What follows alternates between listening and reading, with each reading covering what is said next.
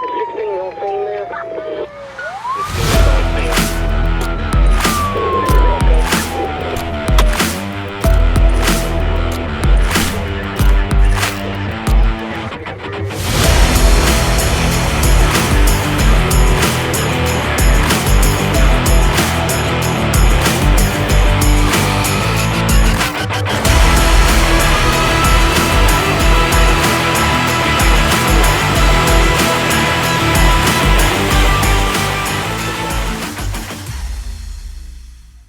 Hi, and welcome to another episode of On the Job with PORAC. I'm Brian Marvel, president of PORAC. With me, as always, is PORAC Vice President Damon Kurtz. Today marks a special occasion as it's our first podcast recording in our new PORAC studio. It's also a special occasion because we've invited two guests, CalPERS candidates Margaret Brown, who is an incumbent, and Tiffany Moran. We want to welcome you to On the Job with PORAC. Thank you. Well, I'll start it out by saying that PORAC has officially endorsed both of your candidacies to the CalPERS trustees.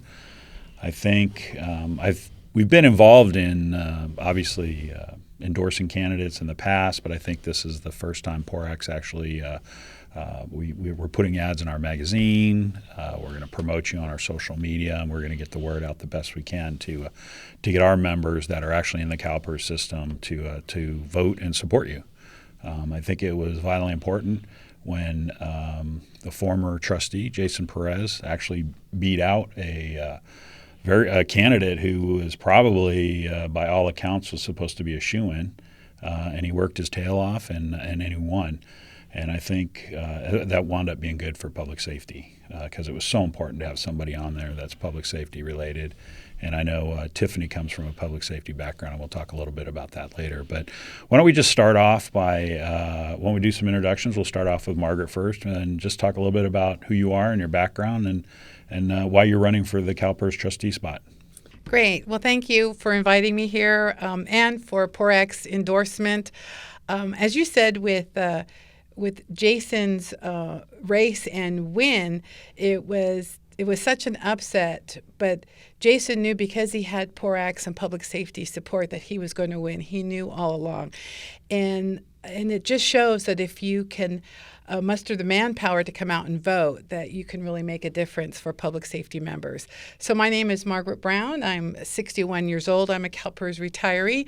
I spent most of my career in the public sector building schools, doing public works contracting, a very tough field, and doing accounting and finance. I'm a seasoned financial manager. I'm an accredited fiduciary through NCPERS, and I vote no on political investments that don't measure up. We have a goal here, and that's to maximize the returns for the beneficiaries, and there's no room for politics in investments. You know, just real quick before we dovetail into to Tiffany is, having dealt with my pension crisis down in San Diego, and I know actuaries and fiduciaries say, hey, if a pension system's at 80%, that's good enough. But, having to go through a case in which all the general employees for my city were moved into a defined contribution plan, I am a huge proponent of getting to 100%. You can tell me the 80% all you want, but until a pension fund is funded at 100%, that's when I think pension funds can then start looking at maybe lowering discount rates, maybe changing benefits. But let's keep those systems at 100%. So I appreciate you being a watchdog on there and making sure that the employees and the investment managers are doing everything possible to get that system up to 100%. So. No disagreement from me. There you go. All right, Tiffany, how about you? Sure. Thank you for having me here today. My name's Tiffany Moran. I'm a retired safety member. I worked for the San Bernardino Police Department for 13 years. I medically retired in 2017, and I am currently a PORAC REM member. I was a PORAC member since 2005. And so like most PORAC members, I probably didn't know much about CalPERS until I started receiving my paycheck and started looking into some of the investments and unfortunately the divestments that PERS was doing and not meeting their annual benchmarks, and that factoring into the unfunded liability. And anybody who's done labor negotiations, that's usually what our employers tell us, is they can't give us raises because their unfunded liability went up. And so that's one of the big reasons that I'm running. I want to have a voice for public safety on the board. With Jason leaving, there isn't someone to represent that. And with over 60,000 public safety or police officer members on the PORAC board of the 1.9 million, I think it's important that we have that voice for our members. Let's talk a little bit about qualifications. Margaret, what are your qualifications for being a trustee for CalPERS? Well, it's interesting because there are no minimum qualifications to be a trustee. But I believe my qualifications are that I speak up when I don't understand an investment, that I actually listen to stakeholders and then return their calls, find out what the questions are, and then get back to them. As a seasoned financial manager, I've managed billions of dollars in taxpayer funds to build schools, to buy real estate, to sell land. And so that gave me one piece of the pie, the finance piece of the pie. And then as I got on the board, I took many more investment courses and certificates, and so I've had training through Harvard and through the Wharton School. And what that did is that only served to make me more concerned about how CalPERS was investing. As a new board member, you don't always understand what's going on, and the agendas are 1,200 pages long. It takes a lot to understand them, and then as I got training, I learned that the things I was questioning, believe your gut. And then as I was questioning them, it was like, okay, this doesn't make any sense. And then after my training, it's like, it doesn't make any sense. And really the job is to speak up, ask questions, and when the staff gives you double talk, is to go right back at them, not just to shrink away, but to, in fact, push harder to get the right answers. I am a fiduciary on the board. I have a legal obligation to do what's best for beneficiaries, and I just wish the rest of my colleagues would do the same. And that's why I'd like to have Tiffany on, because she's got some pretty critical experience that could help on the CalPERS board. Tiffany, what are those? Sure. So, again, I was a police officer for 13 years. 6 of those years, I was a detective where I was assigned to economic crime. So I investigated fraud and forgery and embezzlement. And through getting that training, I ended up becoming a certified fraud examiner, which I still maintain that certification today. Have a master's degree in public administration and going back to school for accounting.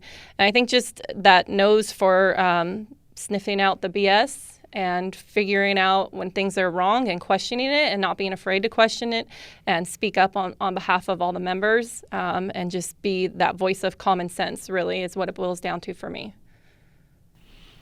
So as you run for the trustee spots, what does a campaign look like for being a trustee? That's for Tiffany.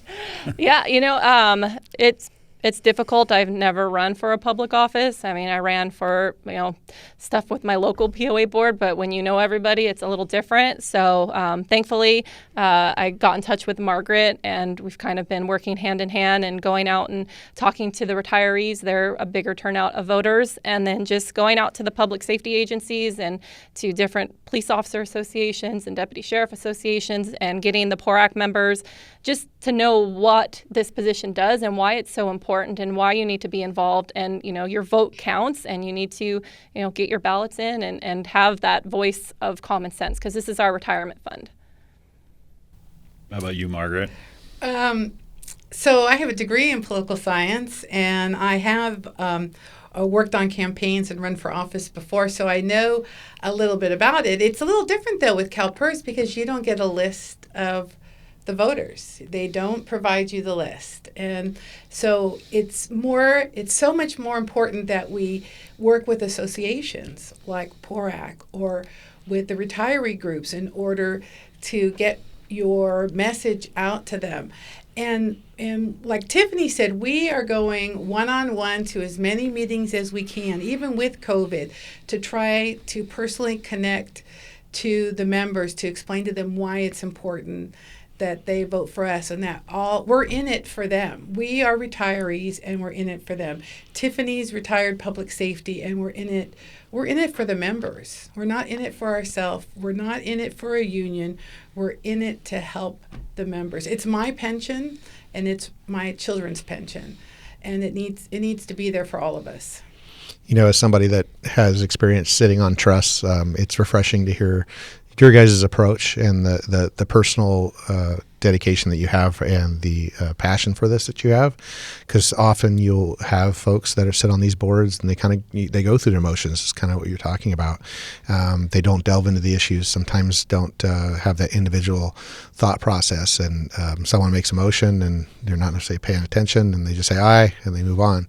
And I think it's important to understand the issues, and and we talked about this a little bit before offline, whether you're in CalPERS or not, CalPERS dictates the way the economy goes here in California to a certain extent, because if the rates change, which we talked about that as well, but if the rates change through CalPERS and the retirement system, the rates that the cities pay, the counties pay that are in CalPERS change, and that changes what we do when we're at the bargaining table. It changes what our wages look like that you're outside of PORAC. It affects everybody, and it's important that you're questioning those political divestments. I think that's something that we've all watched over the years, particularly when CalPERS was not doing really well, and we would sit there and scratch our heads as to why they're doing that, and then continuing to go in the negative direction. Having someone in there that says, hey, politics aside, we need to do what's right for the retirees and for the stakeholders, and make sure that we have a good rate of return. Yeah, so I just want to comment on that a little bit. You know, CalPERS had a great rate of return at 21%, but when you compare it to all the other state agencies that have reported, we're last. We're dead last out of 31 agencies so far. CalSTRS got 27%. So where are we missing? What are we doing wrong? So it's a great number, but it's off. And so, and I believe it has to do with the fees we pay to outside managers and controlling costs. And we're going to take another look at it. We have a meeting coming up, and I hope you'll watch it, because I'll be there pressing hard for the answers. And staff won't want to tell us, but that's the job. The job is to find out why we left so much on the table, even though we got a good return. My understanding is there's going to be a debate in September. Is that accurate? Yes. Is that September 8th, I think? Correct. Will all of the candidates be there on that, or? I've heard that we all will be there, and it's more of a Q&A. We're not necessarily talking to each other. It's monitored by the League of Women Voters, and so a question will be asked, and then it will be asked of every candidate, and we'll answer. We don't go back and forth. So it's not necessarily a debate, but you get to understand where we stand on the issues. So we'll be able to. So we could submit questions. I would hope. Hope that public safety would submit quite a few questions. Absolutely. And it's virtual too, so that's not even going to better. be in person. Very nice. I think it's important, and Damon really hit a hot button. Is that CalPERS, I believe, is one of the largest pensions in the world, and a lot of the actions and activity that CalPERS does matriculates down to the smallest of pensions. So it's really important that, and I try to tell people, even if you're not in CalPERS, you need to be watching CalPERS. I'm not saying you have to necessarily watch all of the Board of Administrations, but you need to be watching and be cognizant of some of the changes that they're making. And I know CalPERS had a great return, which then I think kicked in the risk management assessment, which is lowering the discount rate, which increases costs. And then now you have that other, ALM, asset liability management process. So that's also going to raise rates. It could possibly. So every 4 years, the board takes a look at its investments, its investment strategies, and its risk tolerance, and the marketplace, and decides what type of risk we want to take and what we think those return assumptions are. And if the board is not willing to take on more risk, we probably will not hit the 7% discount rate we currently have, and we will have to lower the discount rate. I, for one, don't want to lower the discount rate. I don't want to see local agencies, the state, the counties, and PEPRA employees paying more for their share of the pension. I just think that we can do a better job of managing the investments we make and bring more home and put it back into the fund. So, Tiffany, what are there a couple items that you see as being a focal point for your time on the board? Sure. I think health insurance is big. I know that the rates continue to go up and members are still getting the same amounts through, like you were talking about, negotiations, and they're just continuing to lose more money out of their pockets. So I think figuring out a way to make affordable health care available to everyone and figuring out ways to keep those costs down is super important. I think the sustainability of the fund, like you talked about earlier, at 80% funding, we want to have that goal be 100%. So working towards, just better investments, making common sense decisions.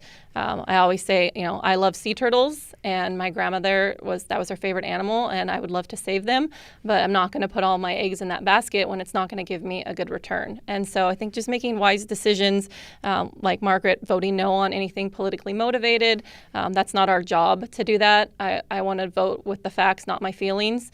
So I think that those are important things. I want to be, common sense, use my experience. I think the issues that have plagued CalPERS with corruption and fraud in the past, I think that I will be a good asset on the board to have that background of investigating that kind of the fraud and forgery issues from my previous employer. So just moving forward, making good decisions, making sure that law enforcement is represented on the board. Obviously, as a retiree, I have concerns about PEPRA. I think working till 57 is probably not going to be in the best interest of law enforcement. In my experience, most of the officers that were patrol officers at 50 were hobbling in and out of the police car. So I would like to see some change with that. I know as a CalPERS board member, I don't really have a say in that. It's more the legislative side, but I'm definitely supportive of some future reform on the PEPRA and how to make that better for safety.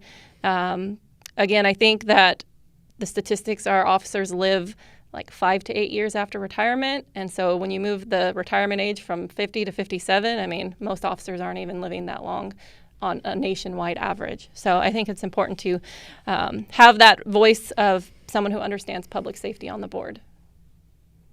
How about you, Margaret? What do you anticipate? I know you've already been there several years now and probably have accomplished a few goals, but what are your goals for your next term? I have, and I want to piggyback on something that Tiffany said, which is she's talking about public safety officers and their disabilities, and I want to talk a little bit about IDRs.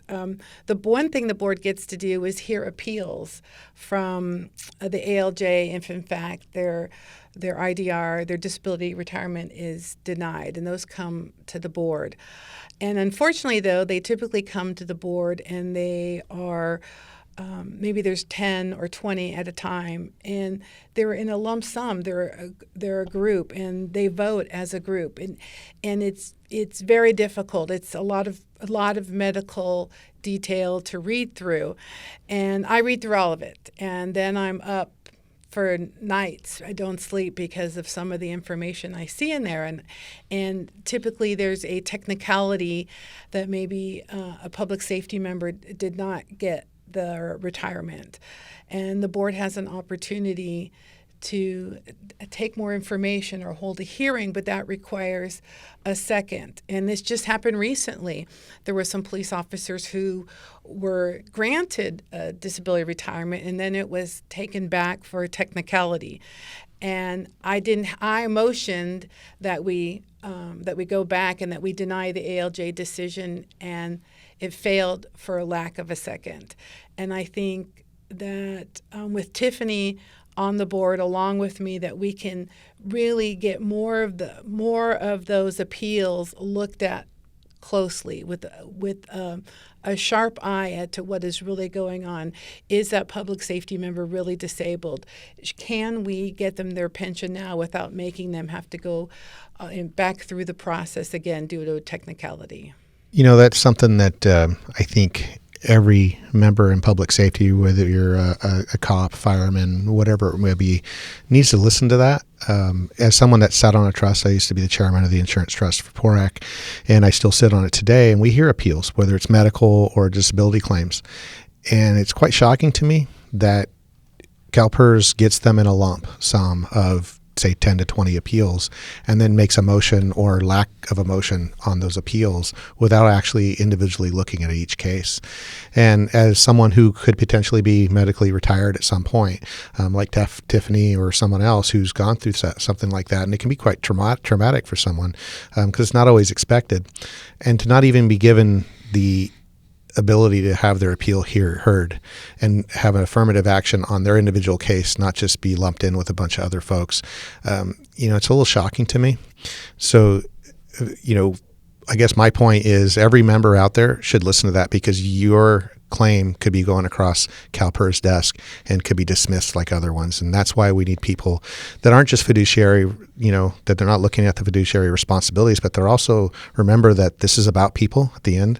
We don't want I joke around about the tin man with no heart, right? We don't want those folks sitting there just only looking at the numbers and just trying to, and that's it. At the end of the day, without the members, there is no CalPERS. Without those who are contributing into the system, there is no CalPERS, and we need to do what's right for those folks. And at the very least, they deserve someone to listen to what their claim is. I think Tiffany and I both agree. Yes. Why don't you give us your web addresses where members can go to check out more information on you? Sure. So for Margaret, it's www.electmargaretbrown.com. And for Tiffany, it's www.tiffany4calpers.com.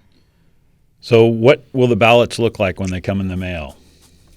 So they're 6x8. They're bright blue and white. They drop in the mail on August 27th. So for most people, they will get those on Monday, August 30th. So please look for the bright blue and white envelope, open it up, and vote for the women who are watchdogs. We are going to fight for your pension and health care security, and just grab that ballot and vote right away. They get mailed to Everett, Washington, and the post office hasn't always been speedy as of late, so we'd rather you grab that ballot and vote right away. Public safety can make the difference in this election for Tiffany and I. I agree 100%. So it's a blue and white ballot. Once you get that in the mail, open it up, vote, and send it out the next day. We definitely need to make our mark on the CalPERS trustee board, and I think PORAC has great confidence in Margaret and Tiffany representing us on that board. So if you get that ballot, make sure that you vote. I think it's vitally important. Well, I'm going to close it up here, and thank you for joining us on the latest episode of On the Job with PORAC with CalPERS candidates Margaret Brown and Tiffany Moran. As always, I'd like to close this podcast by thanking all our PORAC members and our nation's law enforcement. We hope you stay safe and have a great day.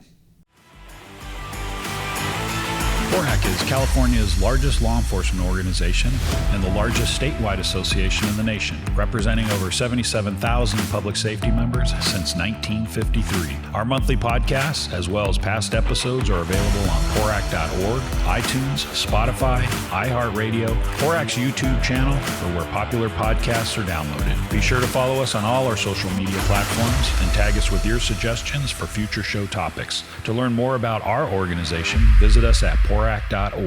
We are PORAC.